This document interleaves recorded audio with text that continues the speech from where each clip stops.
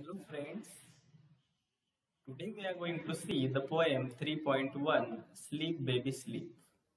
नमस्कार विद्यार्थी मित्रांनो आज आपण स्लीप बेबी स्लीप ही पोएम पाहणार आहोत, ही कविता शिकणार आहोत.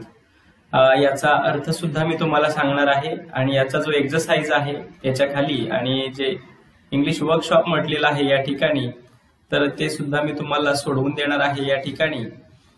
तर सुरुवात करूया मित्रांनो. तर मित्रांनो, स्लीप बेबी स्लीप म्हणजे झोप बाळा झोप. तर हे जे गीत आहे, ही जी पोएम आहे ती कोणत्या टाईपची आहे तर ही एक ललबाई आहे.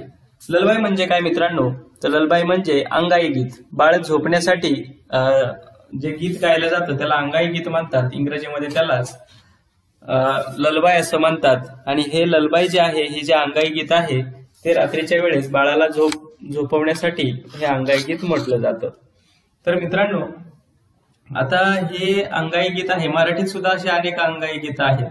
लिंबोणीच्या झाडामागे चंद्र झोपला ग बाई, आज माझ्या पाडसाला झोप का ग येत नाही, असं अंगाई गीत सुद्धा तुम्ही ऐकलं असेल. तर या ठिकाणी पहा, ही आई जी आहे, ही जी आई आहे ते आपल्या बाळाला झोपवत आहे. आणि ही जी पोएम आहे तिचे जे स्टांजा आहेत, स्टांजा म्हणजे कडवं, किती कडवे आहेत ते आपण पहिल्यांदा पाहूया. हे first, second, third, fourth and fifth या कवितेमध्ये 5 स्टांजा आहेत, म्हणजे 5 कडवे आहेत. आता सुरुवात करूया आपण. स्लीप बेबी स्लीप, झोप बाळा झोप. Your father hertz his ship, your mother shakes the little tree from which fall pretty dreams on thee, sleep baby sleep. आता आई काय म्हणते पहिल्या ओळीमध्ये, स्लीप बेबी स्लीप म्हणजे झोप बाळा झोप. Your father hertz his ship म्हणजे तुझे बाबा काय करतात, हर्ड्स म्हणजे मेंढ्यांना कळपात हाकलणे. मेंढ्यांना कळपामध्ये हाकलतात किंवा मेंढ्या चरायला जातात. शीप म्हणजे मेंढी. Your mother shakes the little tree, तुझी आई काय करते, shakes the little tree. Shakes म्हणजे हलवणे आणि लिटिल ट्री म्हणजे लहान झाड. आई काय करते, एक लहान झाड हलवते आणि ते लहान झाड हलवल्यावर काय होतं, फ्रॉम विच त्या झाडावरून fall pretty dreams on thee. या ठिकाणी म्हटलेलं आहे fall pretty dreams on thee. On thee, thee हा ऑन दी याचा अर्थ होतो तुझ्यावर. तुझी आई छोटं झाड हलवते आणि त्या झाडावरून प्रिटी ड्रीम्स म्हणजे सुंदर स्वप्न तुझ्यावर पडतात. स्लीप बेबी स्लीप, झोप बाळा झोप. तर मित्रांनो, ही कविता आहे, ही पोएम आहे आणि हे सगळे इमॅजिनेशन असतं, कल्पना असते. आणि बाळाला झोप लागावी म्हणून आई काही सुद्धा खोटं बोलल्याचं तुम्हाला माहित असेल, फसवत असते, है की नाही. आता सेकंड स्टांजामध्ये काय म्हटलेलं आहे पहा. स्लीप बेबी स्लीप, झोप बाळा झोप. The heavens are white with sheep. पहा आता, the heavens are white with sheep. हेवनचा अर्थ तसा होतो स्वर्ग. हेवनचा अर्थ होतो स्वर्ग, पण या ठिकाणी आपण घ्यायचं आहे आकाश. Heavens are white with sheep, मेंढीसारखं आकाश कसं झालेलं आहे, पांढरं झालेलं आहे. For they are lambs those stars so bright, and the moon shepherd of the night, sleep baby sleep. आकाशामध्ये काय आहेत, सगळ्या मेंढ्या आहेत. And for they are lambs. Lambs म्हणजे काय माहितीये तुम्हाला, कोकरू. शिपचं जे बाळ असतं, मेंढीचं जे बाळ असतं त्याला लॅम्प म्हणतात, त्याला कोकरू असं म्हणतात. आणि for they are lambs those stars so bright. आणि ह्या ज्या जी कोकरं आहेत ती ताऱ्यांसारखी वाटतायत, त्यांना ती ताऱ्यांसारखी तेजस्वी आहेत. And the moons shepherd of the night. आणि रात्रीचा मेंढपाळ कोण आहे, रात्रीचा मेंढपाळ आहे मून. मून म्हणजे चंद्र किंवा चांदोमामा. तो काय आहे, रात्रीचा शेफर्ड. शेफर्ड म्हणजे मेंढपाळ, बरोबर. आकाश पांढरं आहे, त्याला मेंढी म्हटलेलं आहे. आणि जे चांदण्या आहेत त्याला लॅम्प्स म्हणजे कोकरं म्हटलेले आहे. आणि जो चंद्र आहे तो रात्रीचा राखणदार, त्या मेंढ्यांचा राखणदार आहे, म्हणजे मेंढपाळ आहे.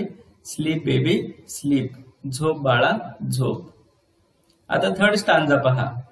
Sleep baby sleep and I will give thee a sheep, which with its golden bell shall be, a little playfellow for thee, sleep baby sleep. आता या ठिकाणी आई काय करते, प्रॉमिस करते बाळाला. काय प्रॉमिस करते, काय प्रॉमिस करते, I will give thee a sheep. मी सुद्धा तुला एक मेंढी देईल. I will give thee a sheep. Thee म्हणजे यू, तुला. मी तुला एक मेंढी देईल. Which with its golden bell shall. With its golden bell म्हणजे जी मेंढी आहे ना, जी शिप आहे ना, तिच्या गळ्यामध्ये काय असणार आहे, गोल्डन बेल, सोन्याची घंटी असणार आहे, सोनेरी घंटी असणार आहे. शाल be a little play fellow for the. आणि ही जी मेंढी असेल ना, ती तुझा एक प्ले फेलो म्हणजे एक सवंगडी असेल, तुझा छोटासा सवंगडी, खेळगडी. तुझ्यासोबत खेळायला कोण असणार आहे, शिप असणार आहे, की जिच्याकडे काय आहे, गोल्डन बेल म्हणजे सोनेरी घंटी आहे तिच्याकडे. Sleep baby sleep. आता बाळ झोपत नाही म्हणून आई काय करते, तिला प्रॉमिस करते, मी तुला मेंढी देते खेळायला. तिच्या गळ्यामध्ये घंटी आहे आणि ती मेंढी मग तुझा मित्र बनेल, प्ले फेलो बनेल, सवंगडी बनेल. आता पुढे काय म्हणते आई पहा. Sleep baby sleep and bleat not like a sheep or else the shepherd's angry dog will come and bite my naughty rock. Sleep baby sleep. आता इथं आई काय करते, थ्रेटनिंग म्हणजे भीती दाखवते. इथं आई बघा काय म्हणते, ते बाळ रडत असेल ना म्हणून आई काय म्हणते, and bleat not like a sheep. बकरी सारखं ब्लीट, ब्लीट म्हणजे बकरीचा आवाज, बॅ बॅ बॅ करते ना बकरी, त्याला ब्लीट म्हणतात. बकरी सारखं बॅ बॅ करू नकोस, बकरी सारखं ओरडू नकोस, नाहीतर काय होईल. Or else the shepherd's angry dog. मेंढपाळाचा जो अँग्री डॉग म्हणजे पिसाळलेला, चावणारा, जो रागावलेला कुत्रा आहे ना, विल कम, तो येईल, and bite my naughty rock. आणि काय करणार आहे, bright my naughty rock. Naughty म्हणजे खोडकर आणि रॉकचा अर्थ होतो व्रात्य बालक, खोडकर बाळ, त्याला काय म्हणतात, रॉक म्हणतात. म्हणजे या ठिकाणी आई काय म्हणते, and bleat not like a sheep, मेंढी सारखं ओरडू नकोस. Or else shepherd's angry dog म्हणजे जो रागवलेला कुत्रा आहे मेंढपाळाचा तो येईल, and bite my naughty rogue, आणि माझ्या खोडकर बाळाला काय करेल, तो चावेल, चावा घेईल त्याचा. तू झोप आता. Sleep baby sleep. आता पुढे आई काय म्हणते पहा. Sleep baby sleep. झोप बाळा झोप. गो out and herd the ship. Go out, you barking black dog, and waken not my baby so. Sleep baby sleep. आता बाळाला काय झालेलं असेल, थोडी थोडी झोप लागलेली असेल आणि ती आई काय म्हणते, go out and herd the ship.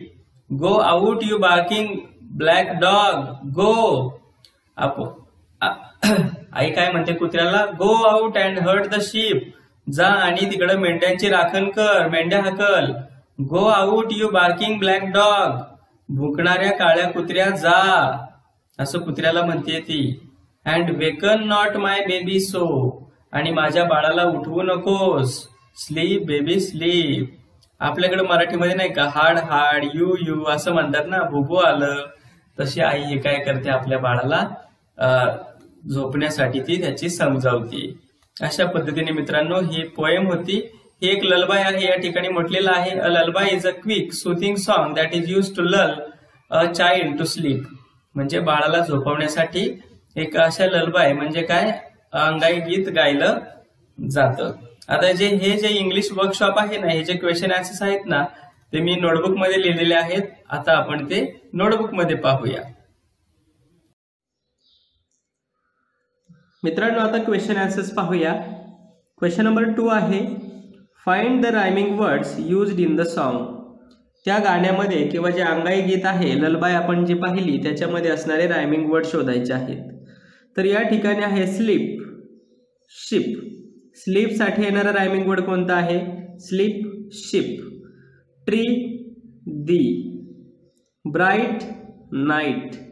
B, thee. Dog, rock.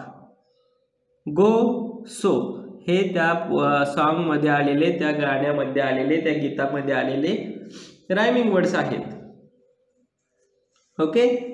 आता आपण क्वेश्चन नंबर 3 कडे वळूया. क्वेश्चन नंबर 3 काय आहे पहा.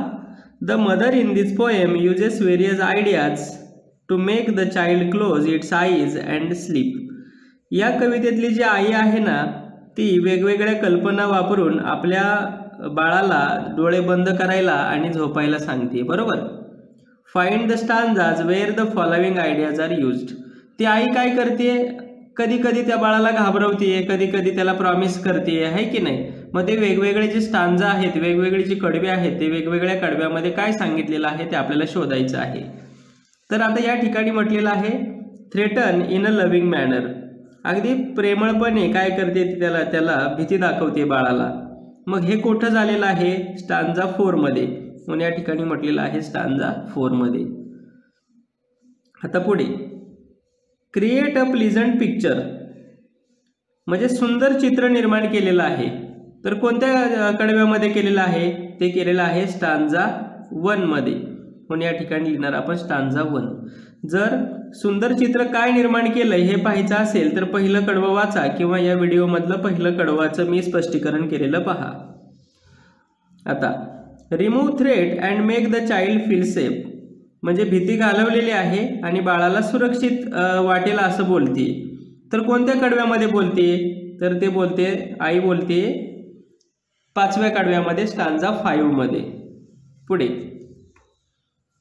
Describe a night in a beautiful manner, रात्रीचं अगदी सुंदर रीतीने वर्णन केलेलं आहे. हे कोणत्या कडव्यामध्ये केलेलं आहे, ते केलेलं आहे 2ऱ्या कडव्यामध्ये म्हणजे स्टांजा 2 मध्ये. आणि प्रॉमिस अ गिफ्ट, गिफ्ट देण्याचं वचन करते किंवा प्रॉमिस करते, ते कुठे केलेलं आहे स्टांजा 3 मध्ये. जर हे प्रत्येक स्टांजा समजून घ्यायचा असेल तर पोएम संपूर्ण व्यवस्थित पहा.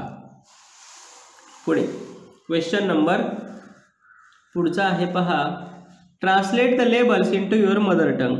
म्हणजे हे काही कवितेचे प्रकार आहेत आणि ते आपल्याला आपल्या कशामध्ये लिहायचे आहेत, मातृभाषेमध्ये लिहायचे आहेत. आता पहा पॅट्रिऑटिक सॉन्ग, पॅट्रिऑटिक सॉन्ग म्हणजे देशभक्तीपर गीत.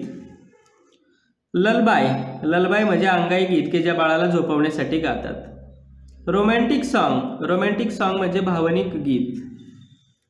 टायटल सॉन्ग, टायटल सॉन्ग म्हणजे शीर्षक गीत. बऱ्याचशा सिरियलला वगैरे असतं टायटल सॉन्ग. पुढे फनी सॉन्ग और पोएम, विनोदी गीत किंवा कविता किंवा गमतीदार गीत किंवा कविता. फनी म्हणजे विनोदी किंवा गमतीदार. पुढे प्रेयर, प्रेयर म्हणजे प्रार्थना गीत, आपण रोज शाळेत गात होते. पुढे बॅलड, बॅलड म्हणजे पोवाडा. नेचर पोएम, नेचर पोएम म्हणजे निसर्गावर आधारित कविता. सॅड सॉन्ग और पोएम, करुणा रसयुक्त गीत किंवा कविता की ज्याच्यामध्ये करुणा किंवा दुःख व्यक्त केलेलं असतं. पुढे जिंगल, जिंगलमध्ये म्हणजे जाहिरातीमध्ये जी गाणी असतात त्याला जिंगल असं म्हणतात. पुढे इन्स्पिरेशनल सॉन्ग म्हणजे प्रेरणादायक गाणे. फोक सॉन्ग, फोक सॉन्ग म्हणजे लोकगीत. प्रत्येक भाषेतलं, प्रत्येक समाजाचं, प्रत्येक जाती किंवा प्रत्येक ठिकाणचं, स्थानिक ठिकाणी गायलेली गाणी वेगळी असतात. लोकगीत, कोळीगीत हा एक लोकगीताचा प्रकार आहे. मार्चिंग सॉन्ग म्हणजे संचलन गीत, म्हणजे जेव्हा सैन्याची परेड सुरू असते, संचलन सुरू असतं तेव्हा हे गीत गायलं जातं. वेलकम सॉन्ग म्हणजे स्वागत गीत, एखाद्या कार्यक्रमाच्या वेळेस तुमच्या शाळेत जर पाहुणे आले तर ते स्वागत गीत गातात. पुढे song for a special occasion म्हणजे एखाद्या विशिष्ट प्रसंगी गाण्यासारखं गीत जे असतं त्याला म्हणतात song for a special occasion. Next narrative poem, narrative poem म्हणजे संवादयुक्त कविता. त्यानंतर आहे नर्सरी राईम, नर्सरी राईम म्हणजे मित्रांनो बालगीत. त्यानंतर रिलिजियस सॉन्ग, रिलिजियस सॉन्ग म्हणजे धार्मिक गीत. अशा पद्धतीने हा याचा एक्सरसाइज होता. थँक्यू.